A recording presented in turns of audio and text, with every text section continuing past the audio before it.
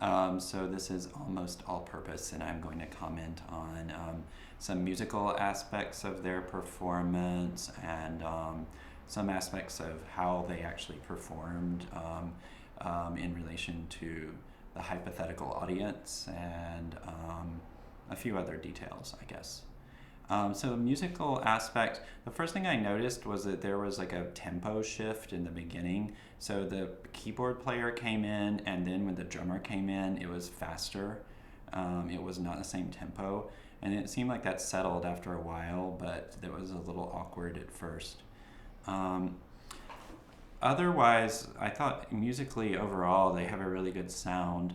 Um, One thing is there's this moment with the guitar, sort of a high counter line twice that I thought was distracting.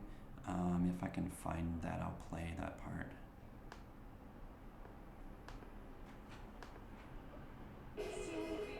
This one, yeah. Um, well, it stopped there, but whatever the guitarist is playing there, it doesn't. I mean, I admittedly don't have the best audio playback equipment here, but it doesn't sound like it harmonically goes with the rest of the music.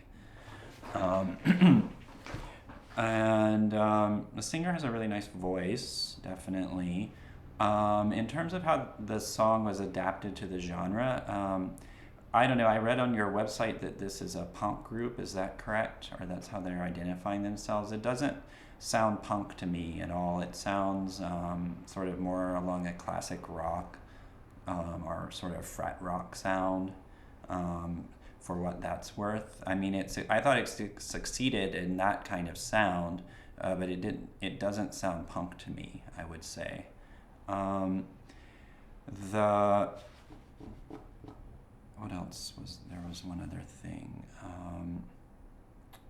The singer. Oh yeah. Well, first I was just gonna say I thought the version of the song is kind of long. Um, it's like this performance was 6+ minutes, and I'm not sure it needed to be that long. And punk songs definitely aren't that long, by the way. Um, so and then as far as the singer, she has a really nice voice and she has tons of energy, so that was good. At the beginning, she was performing looking at the keyboardist and the other band members and not, I mean, I don't know, there wasn't really an audience there, but she wasn't looking out as if she were performing to an audience. It didn't feel like she was performing to an audience, but that got better as the performance went on.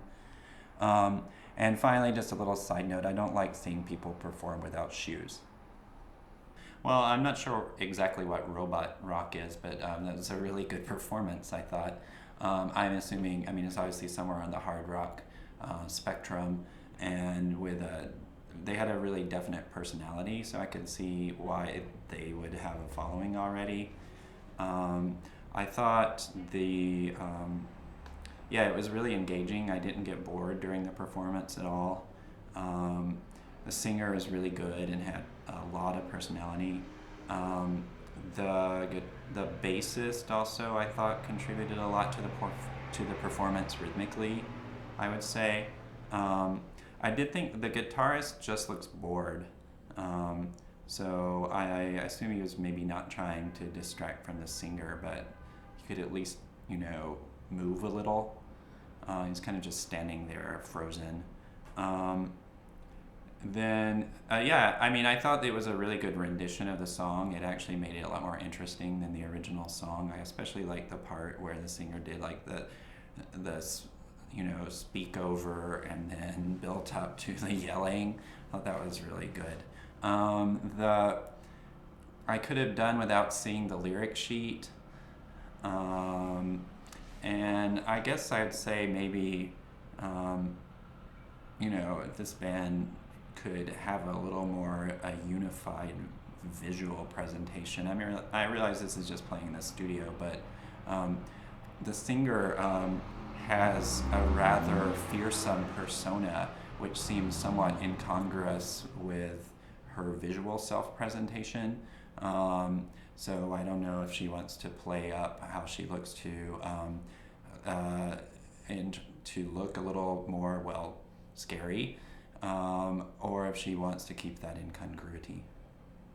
So I'm just wondering, first, was there an explanation of how that related to the challenge song? It seemed, I don't know, was it maybe sampling sounds from the original recording? But I didn't really, like, the theme wasn't, the lyrics wasn't about the challenge song. Then I guess my main comment would be about his flow.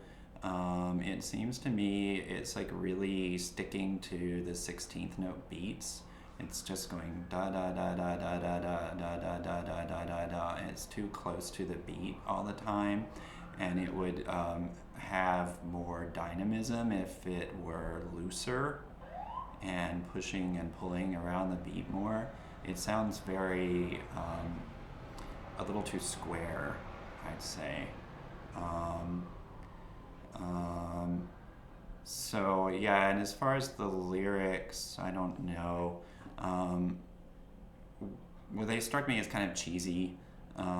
Maybe if he's trying to do that on purpose, he could make it more exaggerated.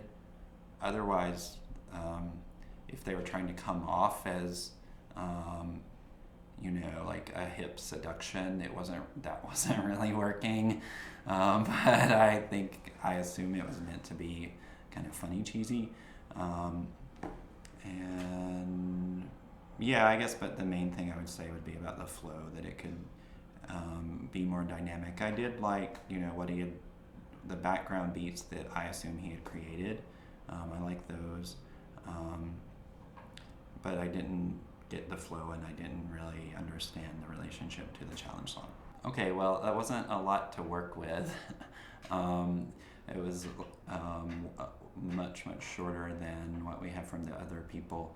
I guess I did watch her performance on your website too, and I kind of had the same impression, which is she's very much standing in one place and singing and not moving. Sometimes opera singers do this too, and so it's not very visually appealing, and it's definitely not in accordance with a pop sensibility where you're expected to be dancing and really delivering a performance. So would be my main advice there. She does have a sort of sweet voice with a pop sensibility. Just right now, there needs to be more persona there. That's really what pop is about.